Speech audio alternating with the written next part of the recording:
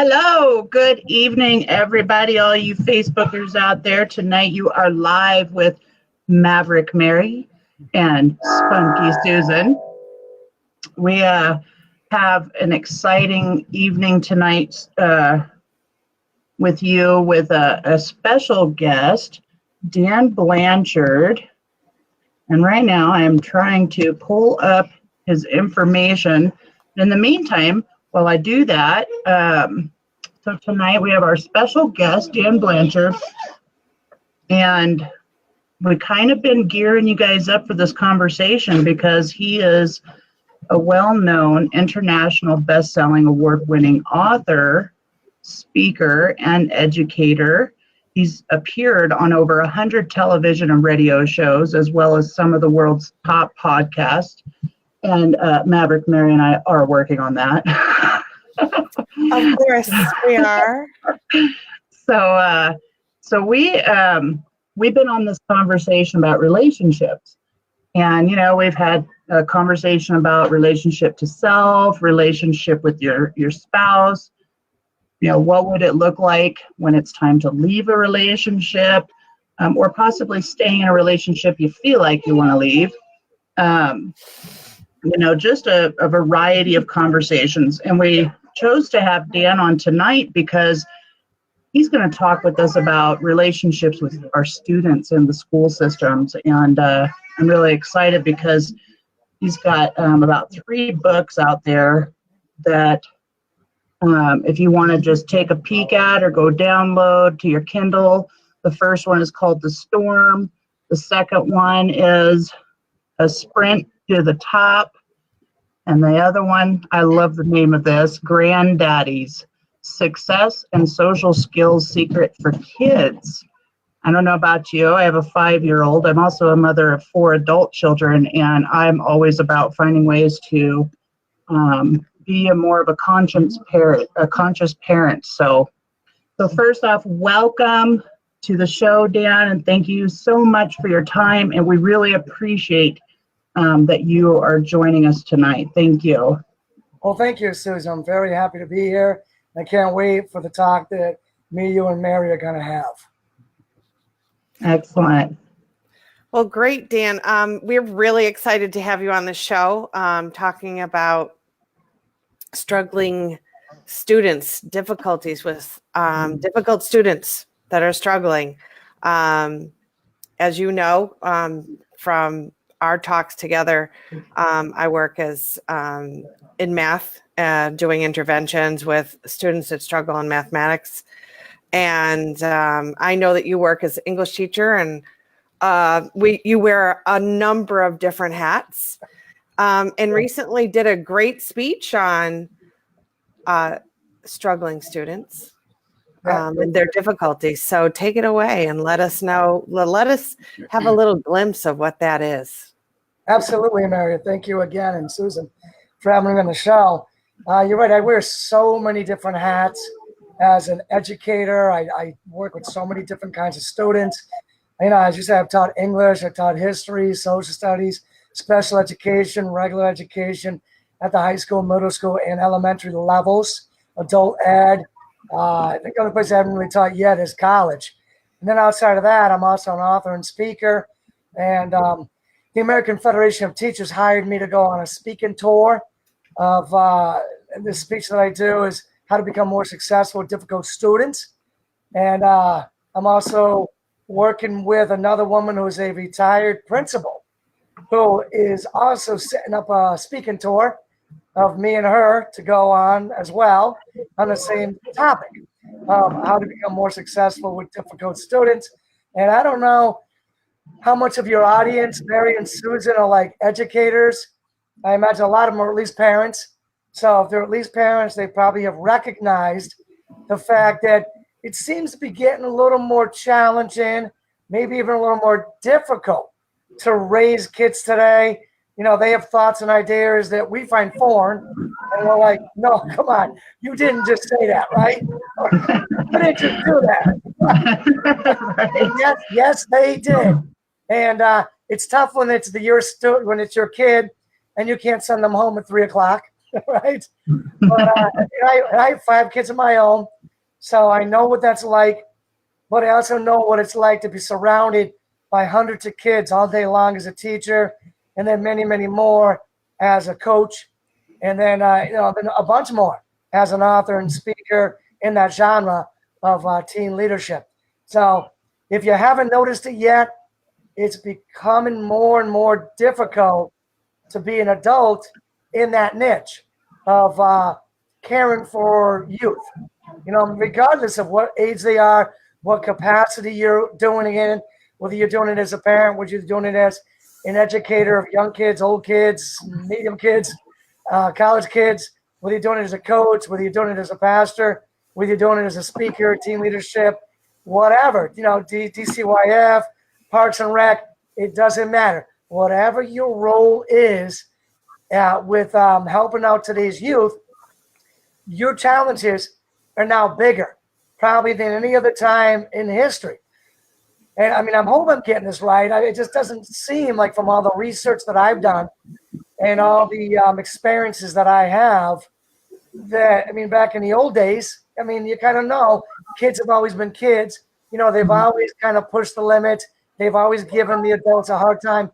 But from my experiences and my research is that once the adult gave the kid that look, that look that I'm talking about, it would kind of stop it. Say whatever they were doing, they would say, okay, mom, dad, teacher, coach, pastor, or whatever, Girl Scout leader, whatever, they mean business when they give you that look, right? Now today, you give kids the look today, they give you a look back that's even nastier, right? Right. Yes. Right. Yes. And then when the look's not working, and you go, excuse me, they look at you and they go, excuse you, like that. And it's like, it's like, where did that come from?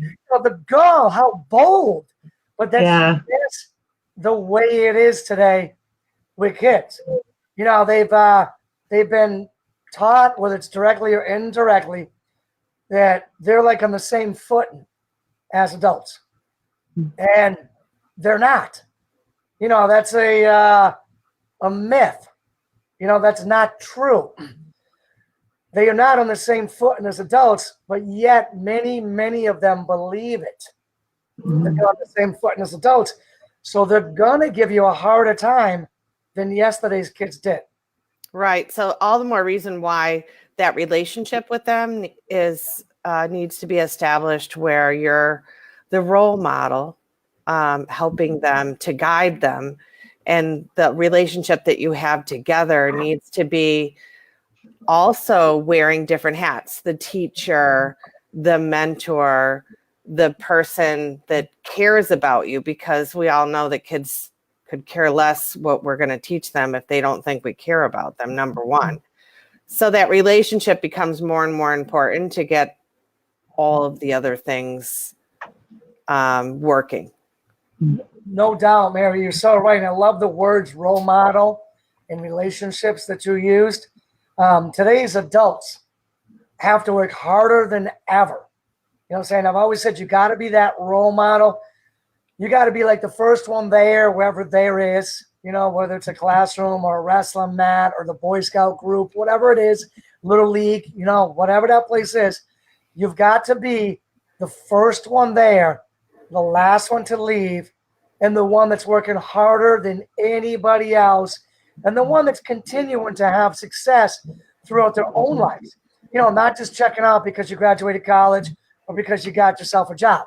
What I'm saying? You need to continue to have goals, share those goals, stretch goals, and do well with those goals so that you can be that role model that the youth want to emulate.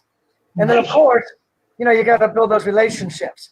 I remember a story. I had this student teacher. He was a very smart man, second career, and he was up there pontificating in front of the class about all he knew about history, and that was wonderful if he had very, very intelligent, self-motivated kids. But he didn't. He had inner city kids that were not motivated by the content or how much he knew. So I was like, listen, John, here's the deal. Sadly, these kids are not going to care about how much you know until they know how much you care. Once they know how much you care, then they might be impressed with your content mastery. But until then, yes, you always got to strive to increase that content mastery, strive to increase those skills or whatever it is that you're doing so you can impress today's youth, because you can't do things that you can do things they can't do. So you've got to keep pushing the envelope yourself and getting better and better and better so that they want to emulate you, but you've also got to have that relationship. I remember years ago, I had this wrestler, Peter Black, amazing wrestler, tough inner city kid, came from very, very tough circumstances. And I remember years later, he was one of my many volunteer assistant coaches. And I was like, Peter, what was your secret? You know what I'm saying? You were so good in high school. What was your secret so that we can share that with these kids today? And he said, Coach, I just wanted to be as good as you. That was it. You know what I'm saying? I built that relationship. He loved it that I could throw him around the mat like a rag doll, even though he did that to every kid he wrestled, right? He threw him around like rag dolls. But when he wrestled Coach Blanchard, it was time for him to be schooled every single day on that mat. And he really respected that. And he wanted to learn what I knew that he didn't know. But part of that, obviously, was the wonderful relationship that we had. So wonderful that he came back years later for multiple years as a volunteer assistant coach, never asked for any pay, nothing, just wanted to be around to give back. So when you put those things together, Mary, what you said about being a role model, building those relationships, today's adults, you can have tremendous success with today's youth when you do some simple things. You know what I'm saying? Even though it's harder than it used to be, it's still achievable. We can all still do it. Right. That's a valid point that we can still do it and not to give up. Student engagement is definitely more difficult than it used to be, motivating students. There's so much test taking now, and there's so many budget cuts, and there's a lot of activities that children used to have an opportunity to do that they don't have an opportunity to do as much as they used to.